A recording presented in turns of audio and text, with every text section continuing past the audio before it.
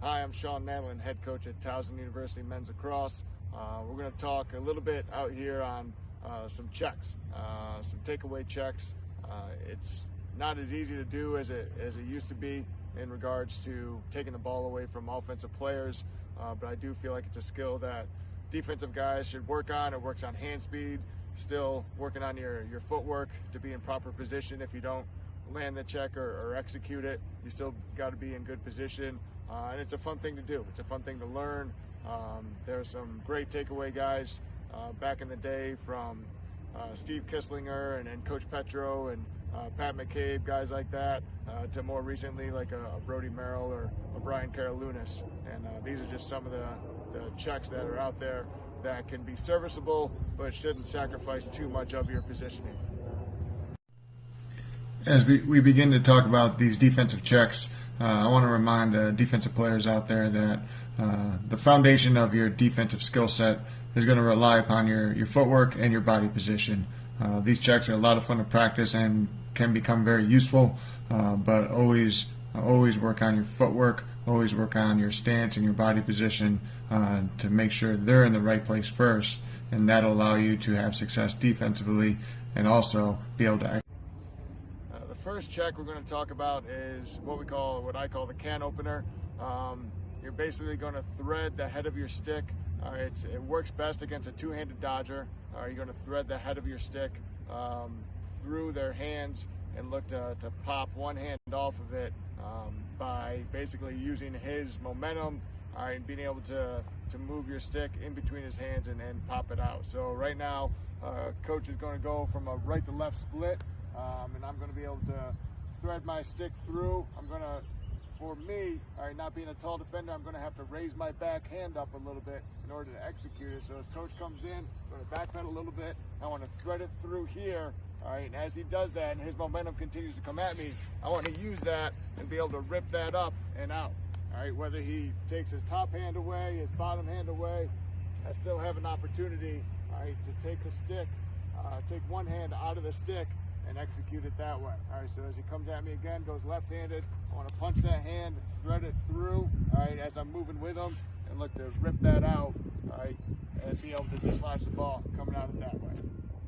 So if he goes right-handed on me, I still want to break down. As he steps, I'm stepping with him, threading the head of my stick through the middle, all right, coming up and out, ripping that stick, all right, out of his bottom hand and or top hand, sending it high and heavy, all right. And again, you want to emphasize using this bottom hand to punch to get the angle, to get in between his hands. Get in between here, then you can step into it more, be able to rip that out. All right, something you can do with a sibling, family member, and be able to practice that against a two-handed dodge. This is a check, I guess you could say. It's more of a progression from locking into a guy close to the cage, and then he looks to separate to try to redodge or to try to make a feed or a shot. I call it the pop and chop, a little something that we use in box lacrosse, but it also applies here in field lacrosse with a long stick. All right, the offensive player is driving into me. I'm sitting down playing good defense. All right, he sees that he doesn't have much leverage or any opportunity right now on me. All right, so he might look to bounce away, all right, and make a play. As he does that, I want to be able to come down hard and heavy with a good check, all right, right near the bottom hand, all right, right near his elbow and on the bottom part of his stick. This creates cushion, this creates leverage, all right, and also you do it with enough force, could dislodge the ball, all right, as he does it. And if he looks to face dodge or pull it through and you don't land the check, all right, you're still in good position to be able to re-engage and play him, all right, with good cushion and good effectiveness here. All right, so if we replay it real quick, all right, a little bit more live. All right, coach comes into me, he looks to step away, boom, and you lay a good, hard, heavy check. You're right there on the hands, being able to dislodge it. It works really only when he's going to your strong hand, all right, but that's something where you want to be able to pop him out and lay a good, hard, heavy check on those hands. We're going to talk about a trail check. This will be primarily against an inside roll, a close defenseman covering an attackman, but it can also be used as a long stick midi with a midfielder who's getting down the alley. It requires patience. It's something that happens, I feel, quite a bit, and defenders get impatient and therefore don't execute it and don't give themselves an opportunity to make a play to be able to stop the shot from getting off or take the ball away. All right, so coach is going to come up and drive against me right-handed here. I play good topside position. All right, I'm here. I'm anticipating this inside roll. I'm staying low, getting good leverage. If I don't do a great job as he rolls of being able to take away that angle to the cage, I'm on his backside. So as he continues to get to the cage and go across the front, I want to freeze for me. I want to keep that stick vertical right on that topside shoulder. All right, knowing that once I see that stick head show, I'm going to check down and make that play. I don't want to keep washing back and forth, all right, trying to make a play and bring it over here, because if he brings it to his right shoulder, I have no play, all right, to make that stick check. So I'm going to keep it here on his inside shoulder as he continues to drive across the cage. Once I see that stick head, I come down hard and heavy, all right, take that stick all the way to the ground. Hopefully the ball comes dislodged, and then we can get the ground ball off the ground and get it up and out. All right.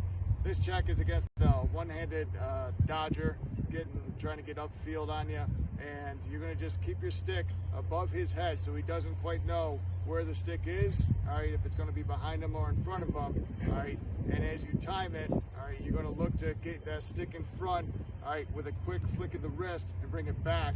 Hopefully you're close enough, all right, to the head of his stick where you can make good contact, all right, and be able to dislodge the ball or just dislodge his timing of everything. All right, so you're broken down, you're running with the guy, you have it right here, there, you get it in front, and then you just flick it back, all right. If he doesn't have great hand protection with that lead hand, all right, you get that stick in front, flick that bottom hand back or in front of you, pull it back with the top hand, and be able to get that flick on the head of his stick. All right, it's good timing, and you're still in decent position with a cushion here, being able to play defense. If you don't dislodge the ball, being able to engage, and you're in good position. All right, so the next series of checks are going to be more against one-handed carries. This one is a back wrap, looking to get to the butt end on an offensive player as he changes direction on a roll dodge against you. Most of the time it can happen behind the cage, usually around the crease, in between the pipes. So coach is going to drive left-handed on me here. I'm playing good trail position. We get behind. If I overcommit to one side and as he's changing direction, all right, I'm still in decent position, but as he switches hands to one-handed, look for him to hang that stick, all right, and trail it. You want to look to wrap it heavy, all right. So if we just progress it right here, all right, as he's driving left-handed on me again, all right, and he comes and he looks to change direction, he might hang it, all right, and you throw a good hard wrap check off the backside. Even if you don't land it and he continues upfield with the ball, you're still in decent position, all right, to stop him from getting topside on you. This check is called the Long John. I don't name these checks. These are what I've heard over the years, but it's one where a defender is driving upfield on you. You're in a V-hold setup with your stick in front of the offensive player, and as he changes direction on you, more on an inside roll, and you're close to him and locked into him, you're going to bring your stick right up his backside on the roll and hopefully dislodge the ball. So as coach drives upfield, I want to get my stick up in front. I'm sitting down, and as he rolls on me and gets leverage, you want to come in the backside heavy, all right, and be able to throw that stick check around his backside. You're sacrificing position, sacrificing body contact. It's kind of a little bit more of an all or nothing check, all right, but it does give you great leverage to come around the offensive player and dislodge that stick. Thank you for watching. I hope you've enjoyed these videos. Feel free to contact me with any questions that may come up. Thank you to Coach Nadelen and the University of Richmond staff for establishing Coaching Through Cancellation. It's a wonderful resource for everyone involved in lacrosse. And during these very challenging times, please continue to look out for one another. Stay safe and healthy.